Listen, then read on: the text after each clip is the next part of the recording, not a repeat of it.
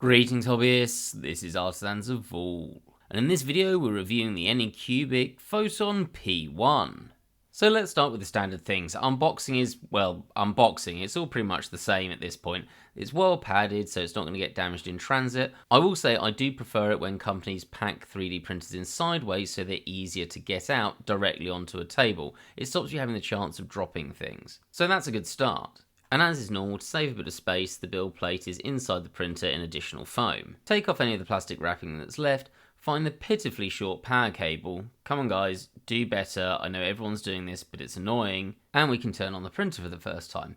Interestingly, with a button, not a rocker switch. Not sure how I feel about that. Standard 3D printer setup continues at this point, I won't show a lot of that, but the little graphics talking you through the setup from this point onwards are a really nice touch and make it easy to follow along. Much nicer than some poor diagrams in a manual. The build plate is steel, which is really nice, means you're not going to scratch it and get any imperfections on the bottom surface, love that. But as seems to be common with these steel build plates, it does have a flat top to it, making it a real pain to get resin off of it every time you finish printing. Especially when you include these resin traps that you're just not going to get things out of with a scraper. I don't think I've seen a company getting this right yet, and it just seems so basic. Now Anycubic have released a file with a topper for the print plate, which gives it a nice angle to actually solve this issue. So it's good this is being thought about, and let's be honest, if it reduces the cost of the printer because it's not all having to be steel, that's probably a good thing. And I never really have any complaints about 3D printing extra parts for my FDM printers, so maybe this is the way to go.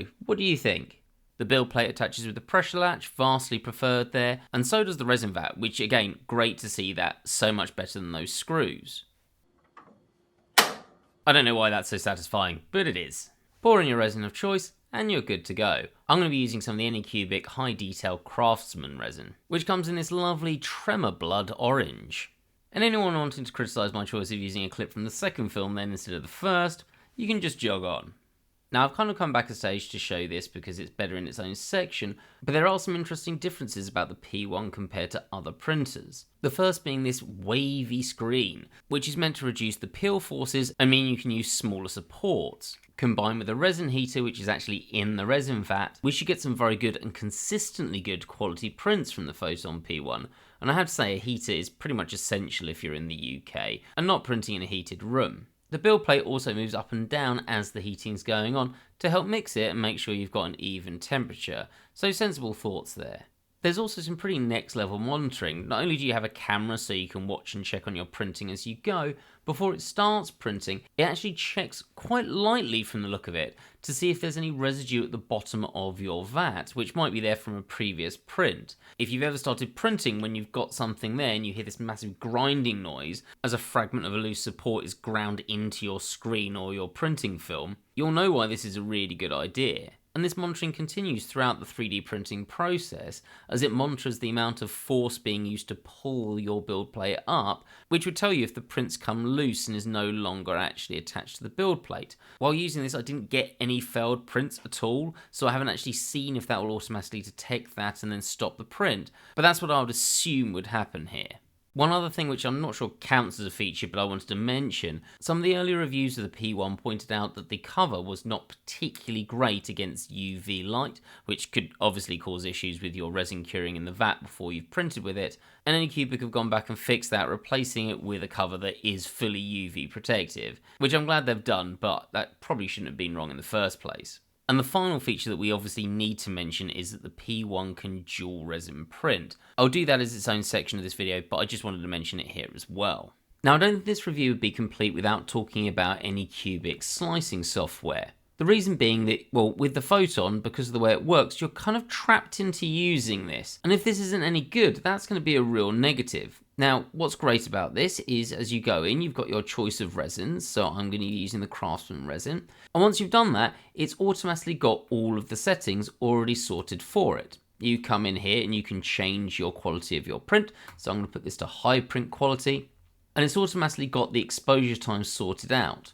Now, where Anycubic seem to have really got this right is that if I come into this, I can still change any of these printer settings that I want. So I'm not locked into any specific settings that Anycubic have said are best for me. Now we're going to use these default settings, but it's great to have the choice and not be locked into their resins. In fact, we've actually got an import resin option where if other people have got settings for other resins, we can use them, or we can add new resin and set it up ourselves. So this really is the best of both worlds. I'm really happy with that.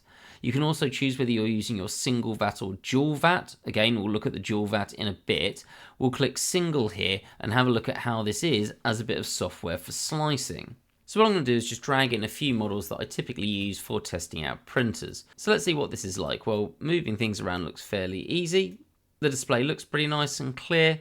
Let's just Control and A and rotate these around. So if I go to placing, would seem likely. So for move, we've got these little options where you can see what facing you're going to be on or what axes you're selecting. That's really clear, not different to other slicers, just maybe a bit clearer. I like that. We can scale as we normally would. Let's look at rotate, and I want to rotate these around to somewhere about there. Very easy to use. And we have a rotate by face. Let's try that out. And yeah, if I, let's say, click on that, it puts that flat to the face. Okay, that's good. Yeah, really easy to use.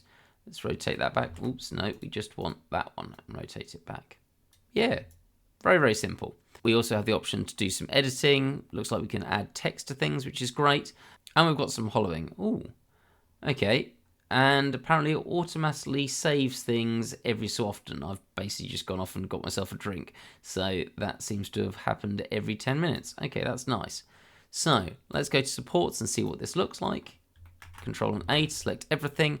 And we've got some options we can pick here. That seems to be fiddling around with the contacts itself. We'll go with medium for now.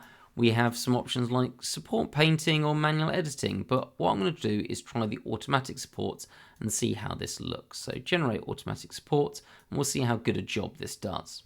Okay. Right, that's looking pretty good. We've got almost everything supported with these like tree supports, which I'm guessing we can do because we've got less pressure because of the wavy screen that we mentioned earlier. All of the bits that we'd expect to be supported are supported. That might not be as perfect as it could be.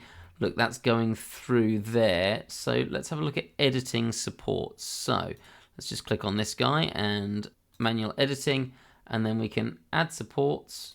This is the first time I've actually used this, so yep, supports are easy to add in. And okay, we can change what's visible and what's not. Let's keep everything visible because we need to fix this. And then we can delete supports if we wanted to. So yep, and then delete it. Let's just undo that. But that looks pretty good. And now I don't actually think, now that we've deleted that, let's just click that again, that this probably needs support. Actually, no, it will do. Let's bring that back. So let's go to, yep, there we go. We've got an edit button and we can change, actually the individual elements of the support from here. So we can change everything after it's been made. And what else can we do? I want to move this. Oh, there we go. Okay, so clicking on a section allows me to move it. So let's move that up and then let's move this to that. Yeah, this is actually very nice and customizable. I'm a little surprised by this. That's very, very good. Let's do the same for this one as well. Let's move that a bit over there. That up quite a lot and then out a bit. And then we'll change that to there. Okay, yeah, that's very, very nice from a supporting point of view. I think this looks very nice. Now, I'm not going to fill around with this too much. We'll leave that done, but I do want to see what these automatic supports are like. So let's save that as done, and we'll come to this and we'll give it a go. But yeah, we've done a very good job of supporting all of the little bits that look like they need to be supported. I'm quite impressed with that. Okay, so let's get this sliced and see what this looks like. Slicing seems pretty fast, and we get this dual screen afterwards. Oh, that's really nice. Okay, I very much like that. We've got both screens at the same time, so we can see what everything looks like. So this seems to have gone quite far beyond some of the generic slicers you get from 3D printer companies. I'm pretty happy using this. It looks quite nice and has a good range of features. So let's have a look at what this print turns out like. Right, seamless transition to an entirely different room. Sorry, building work. And we've got our first print. The supports from Anycubic's Photon Slicer do look great, and despite them being relatively small with no larger ones to hold the model on, we've got no errors in printing that I can see. So here's these prints all cleaned up, and I'll let you decide about the print quality. I honestly can't think of a printer that I've seen that's come out with better print quality than this. You can see very little support scarring, which is really nice, and this wasn't even the smaller supports that were possible. I don't think I've even seen these lines on that mace on another print that I've done. I'll need to go back and check, but they're really crisp. When I did first see the information about the Photon P1, I was worried about that wavy screen causing potential issues with prints and layer lines, but there are no layer lines here at all. The only problem that I've had, which is always true of high detail resin, is that it's a little bit brittle, and I had this guy's mace break. Which brings me to the final thing, dual printing. So in the Photon Slicer, this is easy to do. You just select dual printing over here, you've got your options for the left, and you've got your options for the right. At the moment they're set up as the same thing. So I'm going to change my right hand side one to their Tough Resin Ultra. High quality as we've done before, and then close that down. And now you've got the different resins on each side. And then it's the same process. You just bring your models in on each side and then slice as normal. On the printer you put this surrounding ring in place. Can anyone spot the thing that I'm slightly concerned about at this point?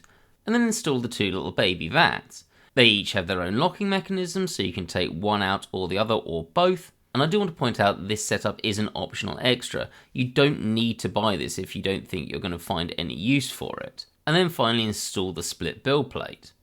Print setup is exactly the same, you just select that you're going to be using the dual print system. Though it will ask you to recheck and level the platform, which it does automatically for you. So I've heard quite a lot of opinions on this dual printing system. I was really excited about this. I know some people have called it really gimmicky. I don't think so. I think this is a really nice additional option for you to have if you only really want to own one printer. Anycubic on the Kickstarter and their website keep commenting on using different colours, but for me that's not what this is about. I want to have resins with different characteristics in them.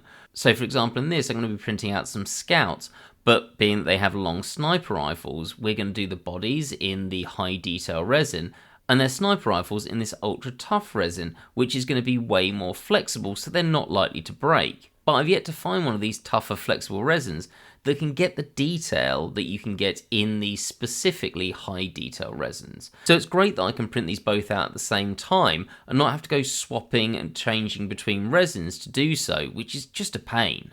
So if you don't have a huge amount of time to be swapping between things or space to have more than one printer, this is such a good alternative. And here's that combination together. High detailed body, perfectly flexible rifle. So are there any issues with this dual printing? Okay, I've spotted a couple of potential ones and I think they're worth mentioning. So first one, that surround that we put down is noticeably not connected to the heating element. Most of the time that's going to be fine. And maybe because there's less resin, the screen will heat it up. I had no problems with printing and that was in a room that was pretty cold. I think it was down to about 10 degrees. So maybe this isn't something to be hugely concerned about, but it'd be remiss if I didn't mention it. The second thing is these mini vats. They are made up of as many angles as you can possibly get, and when cleaning them, it's a pain. Now this is as much an opportunity as it is a problem. Anycubic are already selling the heated vats separately on the Kickstarter. They need to sell these separately as well, and there needs to be a lid for them. And even better, I'd love a storage rack so I could have 5 or 6 different resins in mini vats that I can store with a lid on and just bring into my printer when I want them, so I can do any combination that I want. That wouldn't just solve a problem, it would bring even more utility to the Photon P1.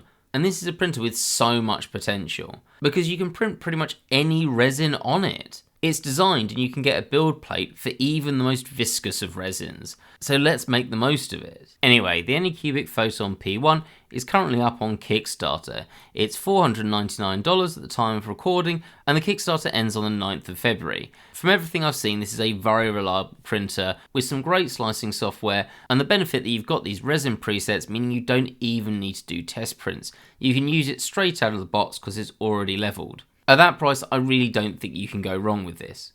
If you do have any questions, throw them in the comments section, and I can answer them as best as I can from my experience with the P1. Hope to see you in the next video, and have a great day.